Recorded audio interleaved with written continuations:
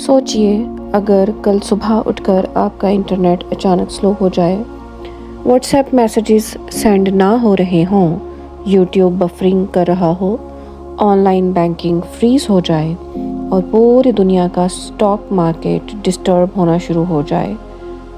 اکثر لوگ سمجھتے ہیں کہ انٹرنیٹ سیٹلائٹ سے چلتا ہے، لیکن اصل سچ دنیا کا 95% انٹرنیٹ اسپیس سے نہیں بلکہ سمندر کے نیچے بچھی ہوئی کیبل سے چلتا ہے۔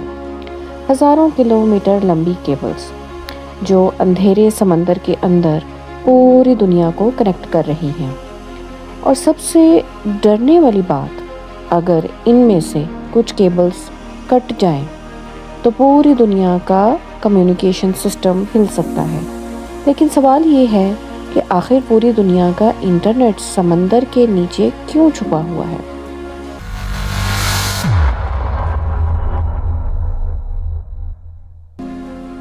آج انٹرنیٹ ہماری زندگی کا حصہ بن چکا ہے۔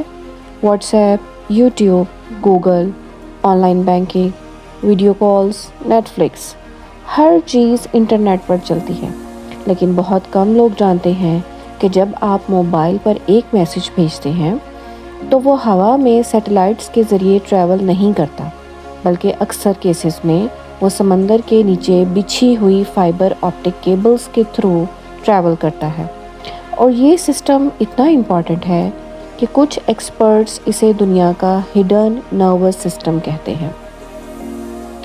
اکثر موویز اور ایڈورٹائزمنٹس میں ہمیں دکھایا جاتا ہے کہ سیٹلائٹس پوری دنیا کو انٹرنیٹ پرووائڈ کر رہے ہیں، لیکن ریالٹی کافی ڈیفرنٹ ہے۔ سیٹلائٹس ایگزسٹ کرتے ہیں، لیکن ان کی سپیڈ اور بینڈ وڈتھ لمیٹڈ ہوتی ہے۔ اگر پوری دنیا کا انٹرنیٹ صرف سیٹلائٹس پر چلایا جائے تو شاید یوٹیوب ویڈیو لوڈ ہونے میں ہی منٹس لگ جائیں۔ اسی لیے انجینئرز نے ایک اور سسٹم بنایا، انڈر سی فائبر آپٹک کیبلز۔ یہ الٹرا تھن گلاس کیبلز ہوتی ہیں جن کے اندر لائٹ کے ذریعے ڈیٹا ٹریول کرتا ہے، اور لائٹ کی سپیڈ اتنی فاسٹ ہوتی ہے کہ آپ کا میسج سیکنڈز میں ایک کانٹیننٹ سے دوسرے کانٹیننٹ تک پہنچ جاتا ہے۔ آج دنیا بھر میں 500 سے زیادہ انڈر سی انٹرنیٹ کیبلز موجود ہیں۔ اگر ان سب کیبلز کو ملا دیا جائے تو ان کی ٹوٹل لینتھ لاکھوں کلومیٹرز بن جاتی ہے۔ یہ کیبلز کانٹیننٹس کو کنیکٹ کرتی ہیں۔ امریکہ، یورپ، ایشیا، افریقہ، مڈل ایسٹ، سب ایک ہڈن نیٹ ورک کے ذریعے کنیکٹڈ ہیں۔ اور یہ کیبلز صرف کوسٹ کے پاس نہیں ہوتی بلکہ سمندر کے ڈینجرس اور بہت گہرے حصوں سے گزرتی ہیں۔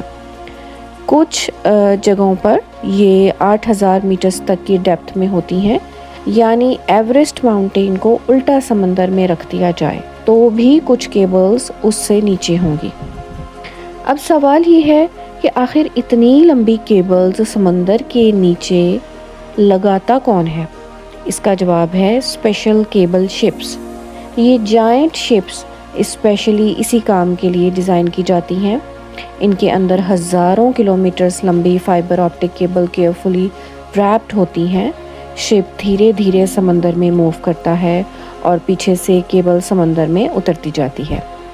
لیکن یہ کام اتنا سمپل نہیں ہوتا، کیونکہ کیبل کو صرف پانی میں نہیں پھینکا جاتا بلکہ اوشن فلور پر کیئرفلی پلیس کیا جاتا ہے۔ کوسٹل ایریاز میں کیبلز کو سمندر کے فلور کے اندر دبا دیا جاتا ہے تاکہ اینکورز یا فشنگ نیٹس انہیں ڈیمیج نہ کر سکیں۔ یہ سن کر عجیب لگے گا، لیکن ایک وقت تھا کہ جب شارکس بھی انٹرنیٹ کیبلز کے لیے پرابلم بن گئی تھیں۔ سائنٹسٹس نے نوٹس کیا کہ کچھ sharks repeatedly under water cables کو بائٹ کر رہی تھیں۔